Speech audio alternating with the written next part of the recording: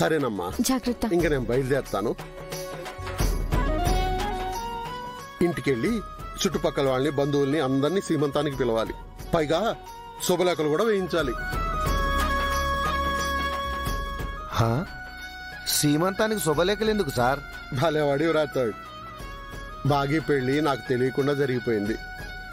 ఆ పెళ్లికి నేను శుభలేఖలు కూడా పంచలేదు, ఎవరిని పిలవలేదు, ఏమీ చేయలేదు. అందుకే ఇప్పుడు సీమంతాన్నే పెళ్లిలాగా చేద్దాం అనుకుంటున్నాను. నా అనుకున్న వాళ్ళందరినీ పిలిచి విందు భోజనం పెడతాను. అంగరంగ వైభవంగా కార్యం జరిపిస్తాను. నానా, అవన్నీ ఎందుకు నానా? మీ కూరికి ఖర్చు ఎక్కువ అవుతుంది. నా దగ్గరున్నాయి తల్లి. నీ సీమంతం కోసమని 6 నెలల నుంచి కష్టపడి కూడబెట్టానమ్మా. ఆ పిల్లలు రేపందరూ రెడీగా ఉండండి. మీ అమ్మ వాళ్ళ ఇంటికి వెళ్తున్నావు.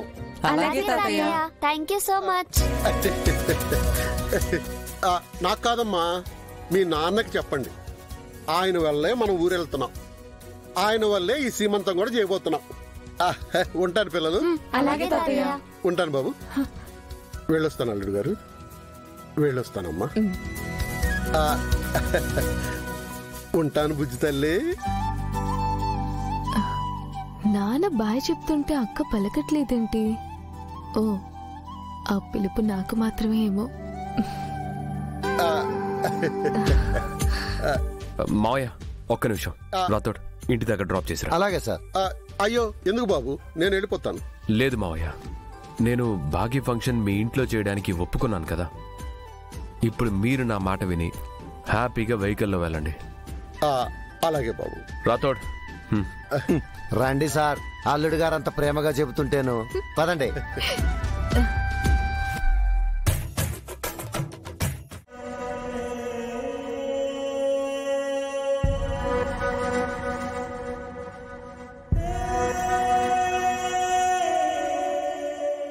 నువ్వు ఫీల్ అవ్వనంటే నేనొకటి చెప్పాలి. ఏంటి? జ్యూస్ తాగ్గానే వర్కౌట్ చేయాలా? కాదు, నేను అర్జెంటుగా డ్యూటీకి వెళ్ళాలి. అదేంటి? నా డెలివరీ వరకు మీరు లీవ్ పెట్టారని, నన్ను వదిలి ఎక్కడికి వెళ్ళనని ప్రామిస్ చేశారు కదా. ప్రామిస్ చేశాను, కానీ మీరెలా మాట తప్పుతారని నాకు ముందే తెలుసు. మీకు నాకన్నా డ్యూటీయే ముఖ్యం కదా. It's emergency. సారీ. అయ్యో, నేనేదో ఊరికే అన్నానండి.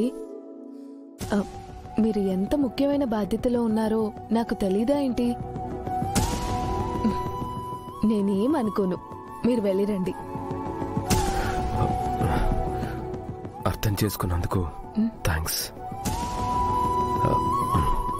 కానీ మీరు పక్కన లేరని నేనేం నిర్లక్ష్యం చేయను. టైంకి అన్నీ చేస్తాను. ఫుడ్, ఫ్రూట్స్ తింటాను, జ్యూస్ తాగుతాను, టాబ్లెట్స్ వేసుకుంటాను, నన్ను నేను చూసుకుంటాను. నా గురించి మీరేం వరి అవ్వకండి. Take care.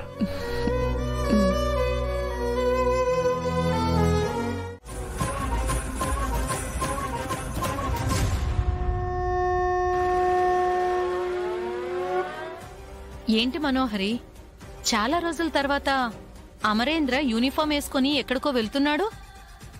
ఏదైనా ప్రమాదం రాబోతుందా? చంబా, దేశానికి రాబోయే ప్రమాదం గురించి మనకెందుకు? బాగీకి మనం తలపెట్టబోయే ప్రమాదం గురించి ఆలోచించు. అంటే అమరేంద్రని బాగీ వెంట ఊరికి రాకుండా చేస్తానన్నావు కదా. ఇప్పుడు అమరేంద్ర బయటకు వెళ్లడం నీ ప్లానేనా అని. ఇక్కడ అమరేంద్రని తప్పించుకున్నా ఇంట్లో ఉన్న వానర సైన్యాన్ని కూడా తప్పించాల్సి ఉంటుంది. ఆ పిల్లల పిడుగులో బాగీ మీద ఈగ కూడా వాళ్ళనివ్వడం లేదు. మనోహరి, నువ్వు అసలు విషయం దాటేస్తున్నావేంటి? నీకంత ఆత్రం ఏంటి?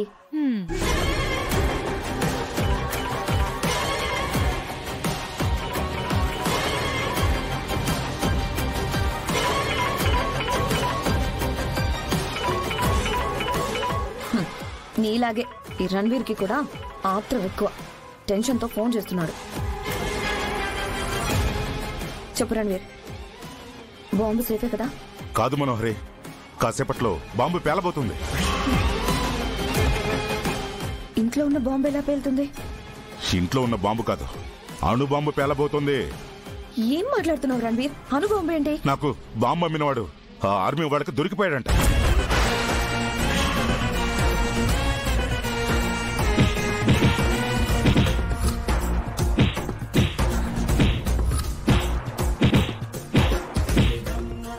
ఎవరు తెలియదు తక్కువ దద్దమ్మా.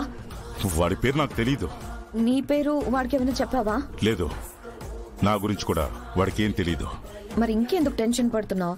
ఆ బాంబు సెల్లర్ ఆర్మీ చేతులకు వెళ్ళాడంటే అమరేంద్ర వస్తాడు కదా. ఎందుకు రాడు? ఆల్రెడీ యూనిఫామ్ వేసుకుని రంగంలోకి దిగిపోయాడు కూడా. అంత టాపిక్ ఎలా చెప్తున్నా మనోహరి? ఇక్కడ నాకు మెంటలెక్కిపోతుంది. అది అర్థమవుతుందిలే. అమరేంద్ర వాడిని పట్టుకుని ఇన్వెస్టిగేషన్ స్టార్ట్ చేశారంటే నేను దొరికిపోతే ఖాయం. నా మీద అణుబాంబులా విరుచుకు పెడతాడు. ప్లీజ్ ఏదోటి చేయి మనోహరి, ప్లీజ్. టెన్షన్ అవ్వకు రణ్వీర్. నీకు బాంబు అమ్మిన వాడికి నీ గురించి తెలియదు కదా. అమర్ నీ దాకా రాలేడు. అమరేంద్ర గురించి తెలిసే నువ్వు ఈ మాట అంటున్నావా? తను తీగను పట్టుకుని డొంకంత లాగే రకం. చిన్న క్లూ దొరికినా నా ముందొచ్చి నిలబడతాడు. నాకు భయంగా ఉంది మనోహరి. ఈ బాంబుని ఎలాగైనా వదిలించుకోవాలి. తొందరపడి దాన్ని ఏం చేయకు. నేనొస్తున్నాను, సరేనా? ఏమైంది మనోహరి? రణవీర్తో నువ్వు కొనిపించిన బాంబు మన మెడకు చుట్టుకోబో.